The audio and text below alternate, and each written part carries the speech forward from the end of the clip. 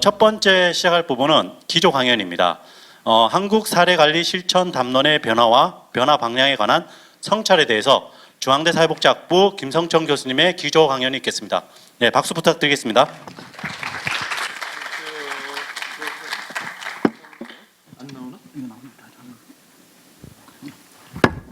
예, 안녕하세요. 반갑습니다. 사실 제가 이제 그 권진숙 교수님이 초대 사례관리 학회장하고 제가 이제 이어받았는데 권 교수님이 진짜 말 그대로 물심양면이네요. 물심, 그 다음에 또 이런 학문도 그렇게 다 제공을 해주셔서 아니었으면 그때 손가락 빨면서 회의했을 텐데. 예, 오늘 다시 한번 저도 감사 드립니다. 그리고 참 이게 원래 뭐 군대에서는 뭐 제대 말년에 몸조심하라고 이제 그러는데 저도 말년에 괜히 MT 괜히는 아니고 하여튼 많이 지원해 준다 그래가지고 또 그걸로 혹해가지고 이제 쫓아갔다가 아주 이렇게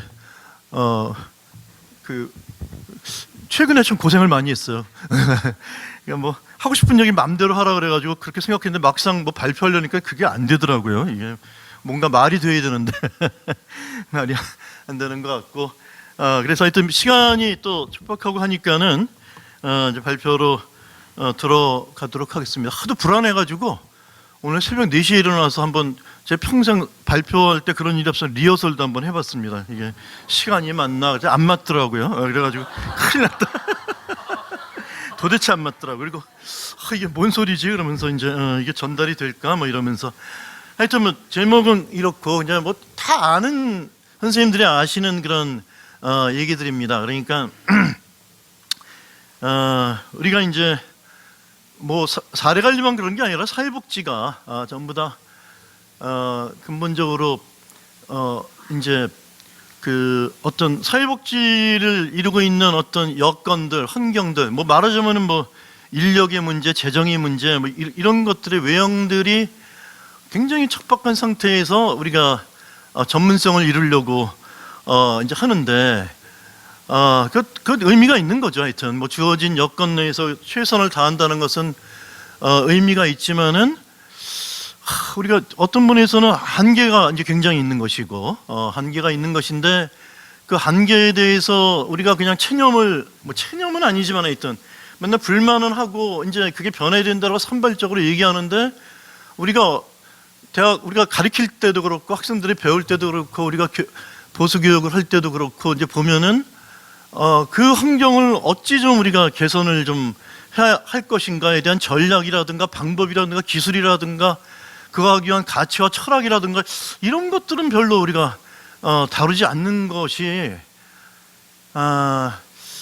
이제 조금 이제 우리가 좀 그쪽을 다뤄야 될 때가 아닌가 이제 저 생각이고 아마 많은 분들도 그렇게 생각을 하는데 어디서부터 어떻게 해야 될 것인가에 대해서는 뭐 이제 우리가 한 번도 제대로 이렇게 좀 깊이 있게 뭐 산발적으로는 산발적으로 할까요? 툭툭은 이제 던지는 적이 있지만은 이거를 쭉 이어서 좀 해본 적은 없은 것 같다. 그래서 오늘 좀 그 얘기를 한번 제가 생각하는 대로 한번 좀 해보려고 합니다. 그러면서 이제 여기 참 뭐 생소하실지 모르겠지만은 뭐 권력이라는 파워 얘기를 좀 사회정의와 파워를 중심으로 좀 얘기를 좀 하려고 합니다. 그래서 이제 목차는 뭐 문제 제기하고 이제 변화의 전략으로서 저는 사회정의와 권력을 좀 여기에 초점을 뒀고 그러면서 저는 이제 오늘 좀 더 의미 있게 얘기하고 싶었던 것은 우리 사회복지인이 우리가 힘이 없다 뭐 이런 얘기를 하고 마치 힘은 저 예산을 쥐락펴락하는 사람들, 통치권자들 또 관료들 뭐 이런 사람들이 힘이 있다고 생각하는데 사실은 우리가 권력을 생각을 하면 그게 아니라 진정한 힘 있는 사람은 사회복지사하고 사례관리자다. 근데 우리가 이 힘을 인식을 안 하고 이거를 어떻게 힘을 부릴 수 있는 방법에 대해서 우리가 이거를 잘 못하기보다도 거기에 관심을 안 뒀기 때문에 이런 것이 아닌가. 그리고 이제 이것이 뭐 하루아침에 팍 되는 건 아니지만은 그래도 시작을 하면서 우리가 정교화시켜 나가야 되지 않을까 뭐 이런 이제 문제 제기로. 그러니까 저는 이제 정교함과는 굉장히 먼 사람이라서 하여튼 그냥 그런 거칠게 그냥 던져보는 정도로 이제 얘기를 하려고 했고, 그러면 결국은 이제 그래서 이 권력이라는 것을 재조명을 하고, 그 다음에 그러면 이제 뭐 사례관리자가 또는 사회복지사가 그 우리가 지금 너무 이제 황당한 얘기만 하면 안 되니까 써먹을 수 있는 권력은 도대체 무엇일까 뭐 이런 얘기를 좀 하려고 합니다. 근데 이거는 꼭 뭐 사회복지사나 사례관리자만 권력을 써야 되는 게 아니라 사실은 이제 사례관리 학회도 이제 학회가 갖고 있는 권력을 또 같이 써야 되고, 사회복지학회도 마찬가지고 관련 단체 이런 뜻을 같이 하는 사람들의 힘을 좀 뭐 우리가 이제 분명히 이렇게 해도 우리가 자본주의 신자유주의를 대변하고 하는 그런 거대한 집권층 통치자들의 권력에 비하면은 분명히 마이너리티기는 하지만은 마이너리티가 이게 그 열등한 건 아니거든요. 우리가 리포트도 보면은 마이너리티 리포트가 뒤에 보면은 정말 그게 좋은 리포트였는데 다수파 보고서에서 묻혀버리고 막 이제 뒤늦게 알려주고 하는 건데, 그리고 이제 설사 마이너하다 하더라도 이 민주주의 사회에서 힘을 못 쓰는 건 아닙니다. 절대로. 그래서 여러분들도 뭐 보시다시피 진짜 마이너한 인구수로서는 적은 인구수지만은 그분들이 법을 만들고 정책을 이끌고 또 사회를 변화시키는 이런 것들을 우리가 충분히 보기 때문에 이제 그런 면에 좀 착안을 해서 우리가 좀 그런 쪽으로 앞으로 좀 논의나 초점을 좀 했으면 좋겠다 뭐 이런 주장입니다. 이렇게 얘기하고 이제 내려가면 참 좋은데. 근데 오늘따라 또 사례관리학회 또 전 회장님들 뭐 등등 다 오셔가지고 내가 저분들은 좀 안 오셨으면 좋겠다 그랬는데 다 왔어 오늘. 그래가지고 아주 오늘 일진이 좀 별로 이렇게 앉았습니다. 그래서 사례관리 환경, 그러니까 뭐 그 얘기죠. 우리가 이제 사례관리 얘기를 하는데 뭐 도미닐전 학자 아시는 분 많겠지만 영국에서 굉장히 여러 활동을 하는데, 이분이 이제 현 사례관리 환경에서 성공 사례가 나온다는 것은 탈선 사례다 이렇게 해요. 데비언트 케이스다 이렇게 얘기를.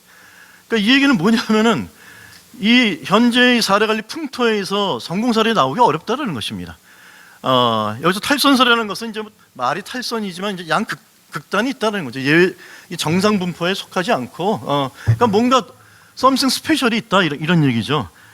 그러니까 힐러리 커텀 여러분 많이 읽으셨을 레디컬 헬프 그 책을 보면은 거의 사례관리자 업무 시간 중에 14%만 클라이언트를 만나는데 할애가 되고 나머지 86%는 행정일, 회의하는 데 쏟고 있다. 그러니까 막상 클라이언트를 만날 때도 그냥 설문지 우리가 조사표가 없으면 그냥 그 정보 해내는데 끝나니까 뭐 그런 얘기를 이제 하고 있는 것이죠. 우리가 흔히 얘기합니다.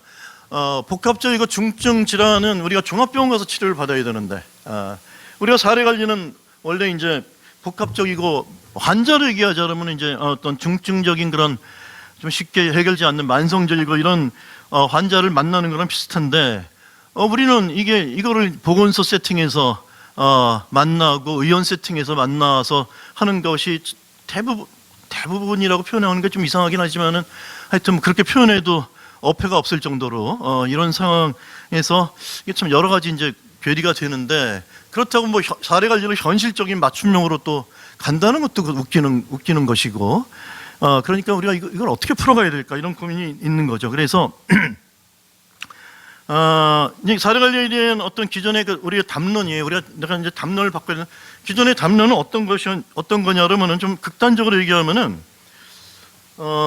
제가 야심차게 이런 걸 한번 만들어봤습니다. 이게 툭툭 이제 직접은 딴 사람이 그리고 제가 이렇게 연필로 이렇게 막 그린 거 사진 찍어서 보냈더니 이제 이렇게 우리가 이제 요 장면에서 주로 일을 하는 거예요. 워커와 클라이언트 관계인데, 여기에 물론 이제 자원이 있고 뭐 강점이 있고 장애물이 있고 뭐 좀 있지만은 그다음에 이제 뭐 여기 계시는 우리 권진숙 교수님께서 진짜 운영 체계를 굉장히 강조하시고, 벌써 뭐 제가 얘기하려는 거 벌써 다 얘기하신 이제 분입니다. 뭐 그렇게 얘기를 하시지만은 이제 운영 체계가 이제 그렇게 만들어져서 제대로 되는 것은 진짜 언제나 그렇게 될 것인가 이제 생각할 정도인데, 여하튼 여기서 우리가 지금 강조하는 게 그래서 교육을 강조하고 전문성을 강조하고 뭐 라포 형성 비자발적 내담자를 어떻게 빨리 자발적으로 만들 것인가 평가를 강조하고 이렇게 되는데 사실 이 워커 클라이언트와의 이 관계에서 질 좋은 서비스는 뭐가 결정을 진짜 직접적으로 이게 다 결정하는 건 아니죠. 큰 요인이 뭐냐 그러면은 짠하고 또 사실은 보조금 예산이 결정을 주로 합니다. 이게 예산이 지금 보니까 이 윤정부 들어와서 뭐 청소년 사업이 3개인가 완전히 없어진다 그러더라고요. 예산이 확 그냥 다 잘라버려 가지고 그러니까 우리 예산은 더군다나 우리 민간기관 같은 경우는 보조금의 90%가 인건비거든요. 90%가 그 인건비로 이제 갚버리는데 그러면 예산이 만약에 반쪽이 난다 그러면은 사례관리 선생님들 반이 그만두셔야 되는 거야. 그러나 만약에 2배가 늘어난다 그러면 사례관리 선생님을 2배를 쓸 수가 또 있다라는 얘기죠.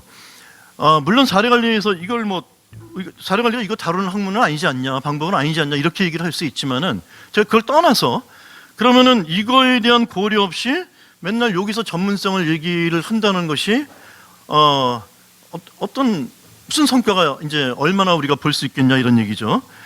자, 근데 예산을 결정하는 건 정책이고 이 정책을 결정하는 것은 보통은 이제 뭐 그냥 이상적인 말로 가치와 철학 뭐 이런 얘기를 아름답게 하는데 그런데 이제 하여튼 이 가치와 철학이 정책으로 이렇게 영향을 주는데 여기서 우리가 사례 관리에서는 주목할 게 무엇인가 뭐 이런 부분이 이제 요 다음 슬라이드에서 이제 또 요 그림이 다시 한번 나올 때 다시 한번 얘기를 하겠습니다. 근데 이제 제 얘기는 기존 담론은 이거에 대해서는 접는 거예요. 사례 관리에서는 뭐 접어도 그거 딴 데서 얘기를 해지 뭐 이렇게 하면 이제 할 말은 없는데 근데 우리가 언제까지 우리가 이제 어디서든지 이제 얘기를 하면은 맨날 이 여건을 얘기를 하는데 이 여건이 어떻게 변해야 되겠다는 것을 제시를 안 한 건 아니에요. 뭐 적정 여건을 얘기를 하고 뭐 보고서도 나오고 뭐 항상 얘기를 하는데 그런 얘기를 아무리 건의를 해봤자 변하지가 않는 거야. 뭐 자활도 그때 이제 한번 그런데 여기 이기현 교수님이 처음에 그 모형을 만들 때 이제 보고서 쓰고 그랬는데 그때 이러이러한 것들을 환경을 만들어야지 자활 사례 관리가 굴러가야 된다, 갈 수 있다고 얘기했는데 그게 아직도 하청세월이라는 얘기죠. 그게 언제나 이게 될 것이냐 뭐 이런 얘기가 이제 되겠습니다. 이러다 보니까는 사례 관리에 대해서 어떤 뭐 주담론은 아니지만은 비판 담론은 사례 관리에서 기대하지 말라 이런 거예요. 사례 관리는 어차피 그런 거 할 수가 없으니까는 구현할 수가 없다. 그러니까 사회복지 사례 관리라고 해서 뭐 제대로 그 클라이언트에게 진짜 좋은 서비스를 주고 뭐 인권을 보장하고 이런 서비스를 제공하는 것을 기대하지 마라. 이건 어차피 통치의 수단이다. 수단이기 때문에 애써봤자 소용없다. 이런 이제 비관론도 이제 나오게 되고, 근데 그런 비관론이 나오게 되는 것은 우리가 보면은 뭐 이해할 수 있는 거예요. 우리가 이제 이 사례 관리를 둘러싸고 있는 매크로 환경이 뭐 신우파, 신공공관리 정책, 후기 포드주의 뭐 이런 식으로 이제 이런 것들이 점점 득세하니까 그러다 보니까 사례 관리가 효율성 추구해야 되고 계산 가능성, 예측 가능성, 관리 통제, 전문성은 이제 필요가 없고 말이죠. 이게 분할되고 점점 매뉴얼 중심으로 되고 운영 체계는 뭐 언제 만들어질까? 그러면서 맨날 위기 문제만 이제 또 얘기를 하게 되고 사례 관리가 위기 문제 해결하는 것은 아닌데 적으로 이렇게 이상하게 이제 변질이 돼버리는 거죠. 통치의 수단으로. 그러다 보니까 뭐 과도한 업무량, 그다음에 행정 중심의 실천, 매뉴얼 중심의 사례 관리, 탈숙련화, 서비스의 표적화, 그러니까 엿먹고식이 되는 거죠. 그러다 보니까 무력감과 소진, 엄청난 문서 작업, 뭐 이런 것들이 이것들이 이제 안 바뀌는 거지. 이렇게 쉽게 바뀌기가 어려운 거야. 다 문제점을 알고 제시를 하지만은 이 안에서 아무리 전문성을 얘기를 한데 그게 어떻게 구현이 되냔 말이에요. 그러니까 우리가 요즘에 성공 사례를 보면 이런 거 나와요. 성공 사례를 하다 보면은 2개월 반 만에 이제 사례가 지지부진한 사례가 확 터닝 포인트가 됩니다. 클라이언트가 확 진심을 얘기를 하면서 이제 사례가 터닝 포인트 하는데 거기 이렇게 나와 있어요. 2개월 반 동안의 기간인데 58회의 면접 끝에 대면 면접 끝에 드디어 클라이언트가 마음의 문을 열다 이런 얘기가 나옵니다. 2개월 반 동안에 58회를 만났다라는 거야. 이게 가능한 얘기입니까? 하루에도 두세 차례 만난 거예요. 하루에 두세 차례. 그러니까 임대 아파트에 불을 지르고 막 이제 이럴 보니까 이제 통합사례관리 거기가 이제 그 이슈가 되니까 아예 구해서 한 사람을 전담을 해서 이제 이렇게 했기 때문에 그렇게 만나니까 성공 사례가 될 수가 있는 거야. 그런데 그런 환경을 우리가 어떻게 만날 수 있냔 말이죠. 이런 이제 얘기가 되는 것이죠.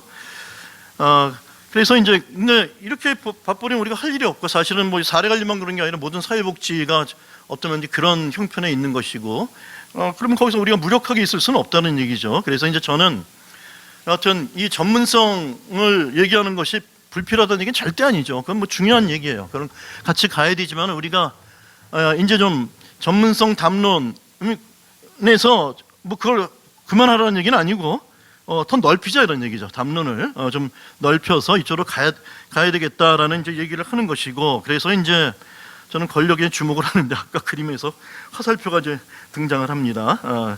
이 참 저로서는 굉장히 고심한 겁니다. 근데 여기서 이제 아까 이게 나오는데 똑같죠 여기서. 근데 이제 뭐가 등장하냐 그러면은 별건 아니지만 여기에 권력 신관계가 이제 굉장히 중요하게 있는데 뒤에도 뭐 얘기를 하겠으면 우리 사회복 쪽에서는 참 왜 그런지 모르겠지만은 이걸 전혀 안 다뤄요. 그러니까 신은 죽었다 이제 그 시기에서 18세기 때 그 초반에 마르크스가 태어나고 후반에 프로이드가 이제 태어납니다. 그러니까 마르크스는 경제 논리로 이제 신이 아니라 경제로 모든 인간과 사회를 전부 얘기를 하려고 했고 프로이드는 무의식 갖고 인간과 사회를 다 설명을 하려고 했어요. 중간에 니체가 태어납니다. 근데 니체는 인간과 사회는 전부 권력 관계라고 본 거예요. 자기 의지를 타자에게 매개시켜 가지고 나의 뜻을 따르게 하는 것이 인간 사회고 사회 관계라고 이제 얘기를 하고 엄청난 반향을 일으키는 건데 그래서 다른 학문들에서 예를 정치학이라든가 사회학이라든가 이런 데서는 이 권력 문제를 되게 중요하게 가르칩니다. 그래 이걸 어떻게 또 근데 우리 복지는 여기에 대해서 전혀 터치를 안 하고 있다라는 것이 이제 이거부터 좀 우리가 좀 조금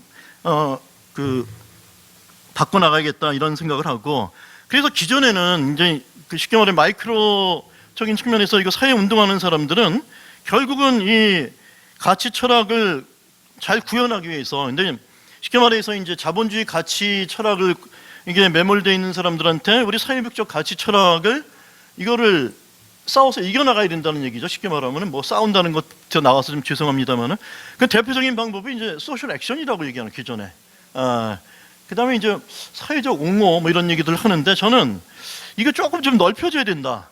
그러면서 이런 좀 멋진 물음표를 이제 하나 이제 만들어서 그러면 이제 결국은 우리가 권력에 좀 주목을 하면은 뭐 외연을 좀 뭘 좀 넓힐 수 있을까라는 것을 좀 얘기를 하고자 합니다. 이게 내 생에 이런 걸 만들어 본 건 처음입니다. 이렇게 해가지고 그래서 이제 뭐 박수를 받을 줄 알았지 못 받을 줄은 알았습니다.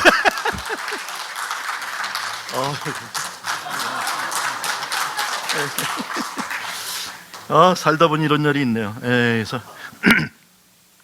자, 그래서 두 번째 가면은 뭐 이미 다 얘기한 겁니다. 그래서 사회복지에서 실종된 그런 가치와 방법은 사회정의 가치가 실종됐다.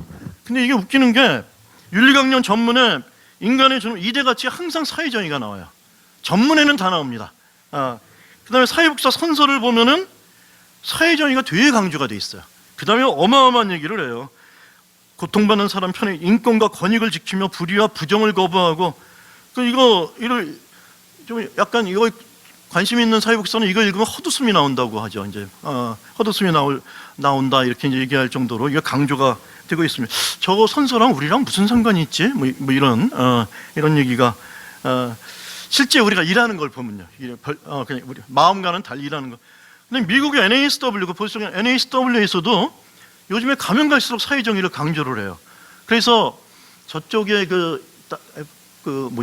다른 쪽에서는 맨날 인간의 존엄성 그 다음에 사회정의가 나오는데 요즘에는 사회정의가 먼저 앞에 끄집어내. 사회가 너무 이제 벌어지다 보니까는 이렇게 강조를 하고 있고 여기서는 그 어떤 윤리 원칙에서 자세하게 사회정의를 실천할 수 있는 그런 강령까지 또 제시를 하고 있는데 우리는 이제 실종이 되었다라는 것이죠.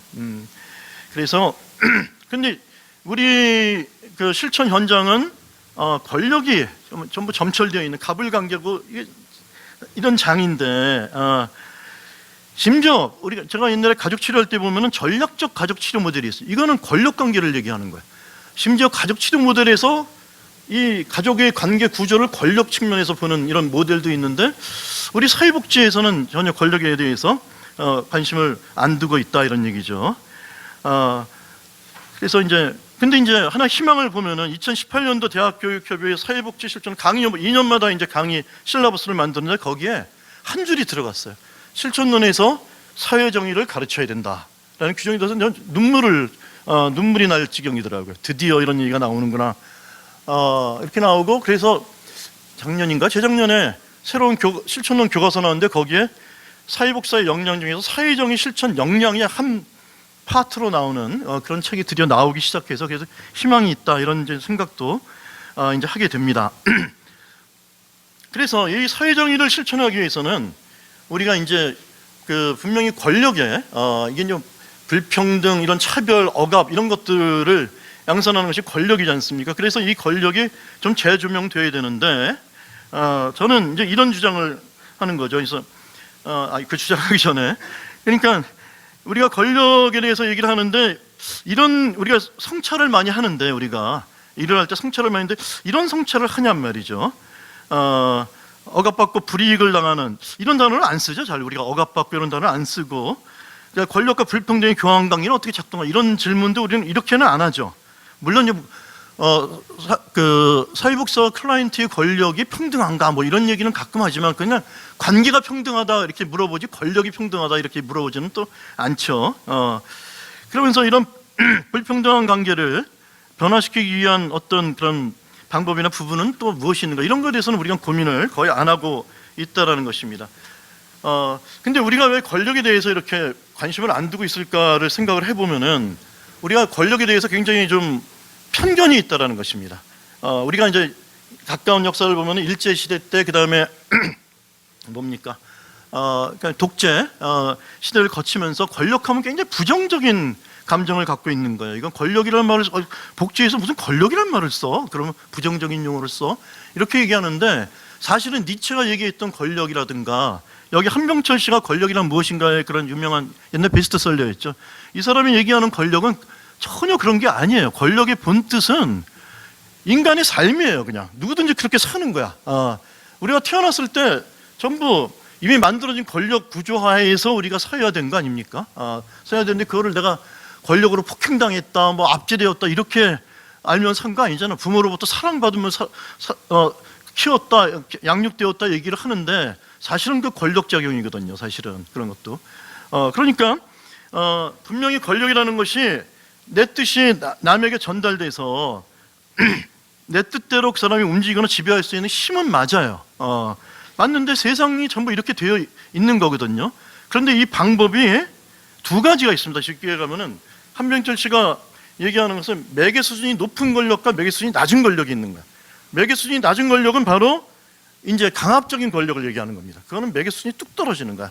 얼음장 놓고 우리가 권력도에 총칼을 들면은 금세 그거는 끝이 뻔한 권력이다 이렇게 얘기하는 거 아니겠습니까? 마지막에 이제 총칼로 위협을 하니까 제일 권력에서 하치다라고 얘기를 하는 거고, 그다음에 그 상위 권력이라는 것은 정말 존경심이 우러나와가지고 그냥 따라가는 거죠. 그 사람이 권력 부린다고 생각 안 하는데 그냥 그 사람이 어떤 얘기를 하면 그냥 믿음이 가고 그냥 따라가고 싶고 이런 권력이 매개수준이 높은 권력. 이 권력은 매개수준이 높은 권력자는 달변자라고 얘기해요. 얘기를 너무 잘해가지고 그러니까 쉽게 말하면 설득을 잘하는 사람이야. 설득을. 그러니까 우리 그 세상을 바꾸는 사회복지사의 그 회장도 사람을 만나면은 이런 고충을 얘기하더라고요. 얘기를 쫙 하면 다 동일한데요. 너무 좋고 정말 훌륭하고 후원도 하고 싶습니다. 그러면 같이 우리가 현장에 나가서 좀 우리가 합시다. 그러고 그거는 좀 곤란한데요. 이렇게 얘기를 하는데 그러니까 자기는 의식적인 측면까지는 그러니까 뭡니까? 그러니까 가치적인 동지를 만드는 데는 달변자인데 같이 나가서 행동으로 옮기는 데까지는 달변자가 아니다. 이렇게 내가 달변을 좀 더 해야겠다. 그러니까 이게 달변자라는 것이에요. 그다음에 쉽게 말하면 의사소통 전문가야.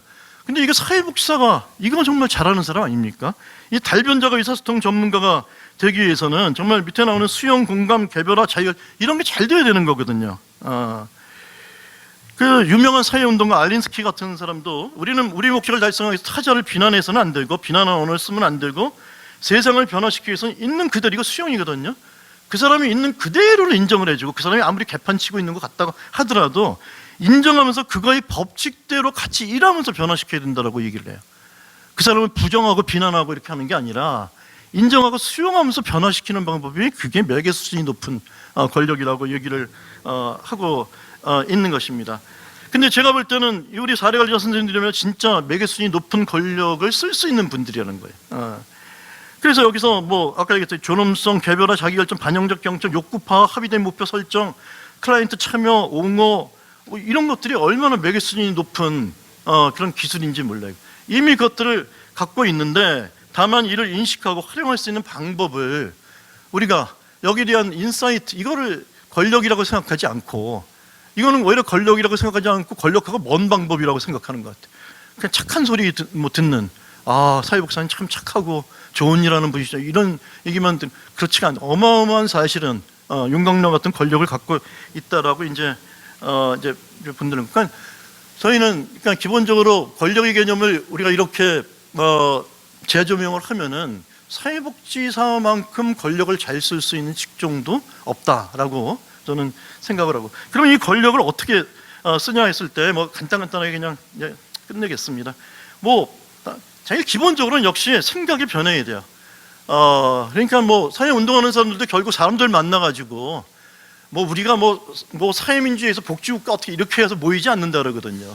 술자리에서 얘기를 하면서 그런데 고충을 들어오면서 공감하면서 얘기하다가 근데 사실은 우리가 볼 때 그 고충의 근원은 어디 있냐?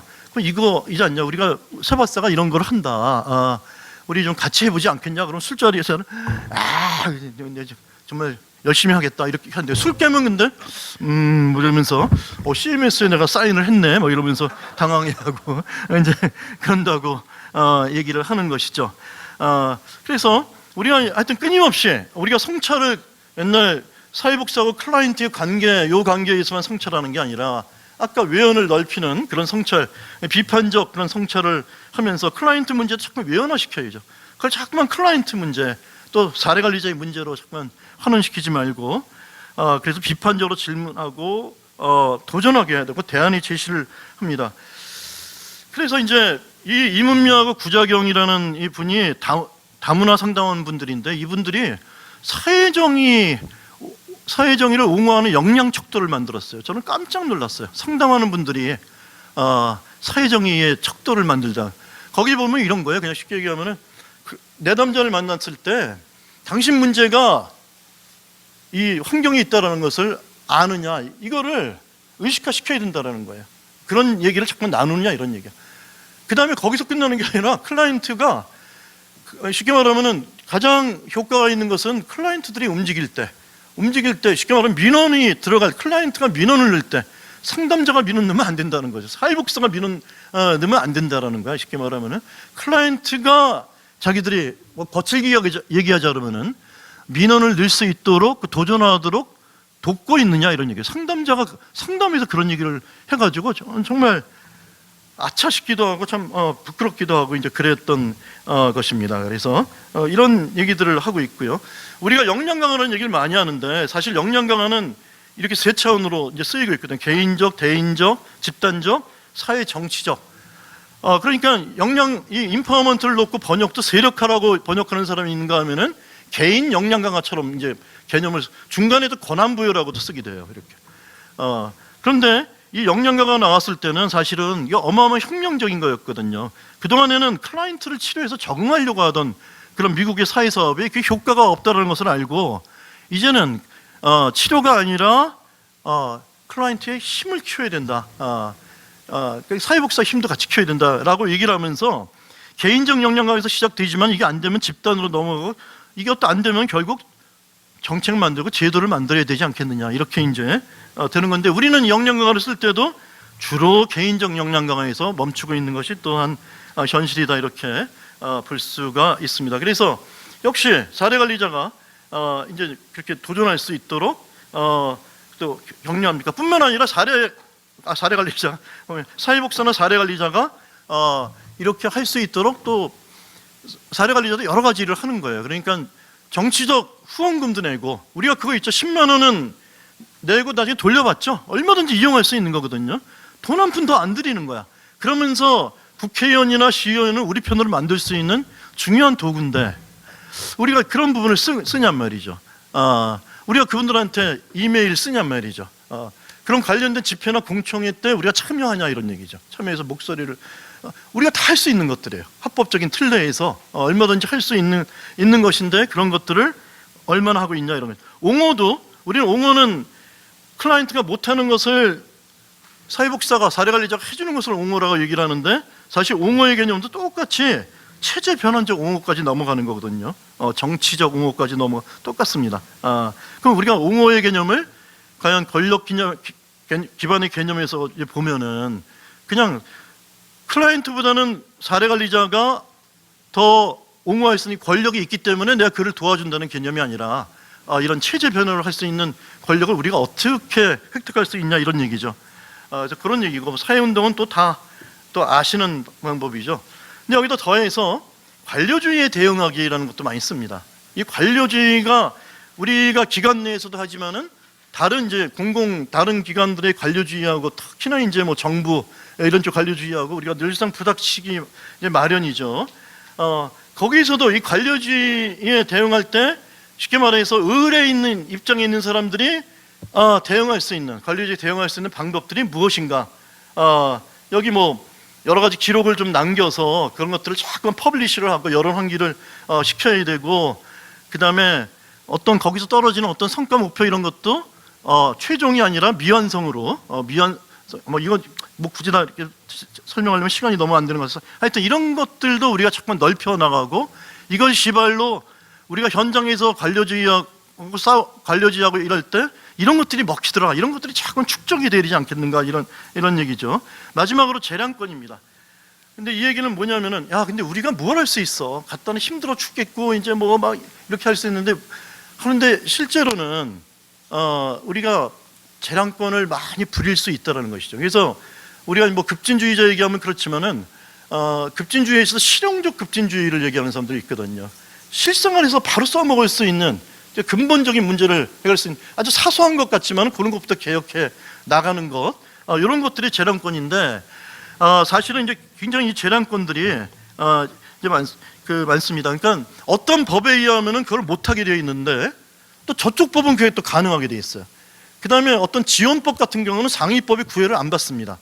그러니까 제가 여기서 모 구청이 복지국장의 엄청난 재량권인데, 이거 하나만 얘기하고 끝내도록 하겠습니다. 그러니까 이게 좋은 사례가 아니라 반면교사인데, 어느 날 그 사회복지 실무협의체 회의를 들어갔는데 거기에 이제 뭐 긴급 지원 서비스를 뭐 더 해주고 뭐 하여튼 그런 걸 결정하는 거였는데, 뭐 국장이 전혀 오지도 않던 사람이 갑자기 왔어요. 그래서 저 사람이 뭐 와서 그냥 오랜만에 인사 격려하고 가려나 보다. 그래서 했더니 그게 아니라 그 인사만 하고서도 계속 있는 거야. 그래서 뭐지 그랬더니 나중에 보니까는 이런 거예요. 그 구청에 엄청난 민원자가 오는 거야. 업무를 마비시킬 정도로 막 직원들이 못 살게 해서 사표 던질 정도로 민원자가 있는데, 그분이 그냥 긴급지원 다 쓰고 서울형 긴급지원도 다 썼어요. 그런데 이 국장은 뭐라 그러냐면 한 번 더 주자는 거예요. 서울형 긴급지원을. 짧게 얘기했어요. 말이 안 되잖아요. 법적으로 규정되어 있는 건데. 그래서 그런 불법을 저지르면 되냐고 했더니 간단히 얘기하면은, 말장난인데, 이러이러한 경우에 긴급지원을 한 번 더 제공하면 안 된다는 규정이 없대요. 근데 거기 협의체에 있는 분들의 그 3분의 2 넘는 사람들이 공무원 관련된 사람들입니다. 그쪽 관련. 그러니까 뭐 다수결로 하는데 그냥 넘어가 버리는 거야. 그러니까 이건 뭐 정치권에서 이게 뭐 주어가 없다 뭐 이런 식으로 넘어가는 것처럼, 이런 상황일 때 안 주면 안 된다는 규정이 없기 때문에 할 수 있습니다. 제가 책임지겠습니다. 이렇게 가버리더라고요. 이런 것도 재량권입니다. 사회복지는 정말 이렇게 가면 안 되겠죠. 안 되는데 진짜 합법적인 툴 내에서 얼마든지 우리가 개선할 수 있는 것도 있는데 우리가 그런 것들 환경을 안 쳐다본다. 그래서 그것도 우리가 좀 개발을 할 필요가 있다라고 얘기를 하겠습니다. 그래서 이거는 사례관리지만 갈 게 아니라 이런 학회라든가 같이 쭉 가면서 계속 쌓여 나가야 되는 것이고요. 마지막으로 이거 알린스키가 얘기한 거 이거 하나만 읽고 끝내겠습니다. 우리가 어떻게 굿라이프를 인간의 굿라이프, 사회의 굿라이프를 위해서 일하는 전문직인데 맨날 고민만 하고 고뇌한다는 미명하에서 행동하지 않고 침묵하는 것은 범죄에 가까운 것이다라고 얘기하는 것이 저는 굉장히 공감이 되면서 나는 늘상 범죄다 이렇게 얘기를 하면서 언제 범죄자를 면할 것인가 이렇게 생각하고 그리고 살고 있습니다. 뭐 급하게 이렇게 두서없이 얘기를 마치고 근데 한계가 굉장히 많은 발표이기 때문에 부디 마음에 안 들더라도 이제 앞으로 더 많이 보완이 될 수 있기를 기대하면서 끝내도록 하겠습니다. 감사합니다.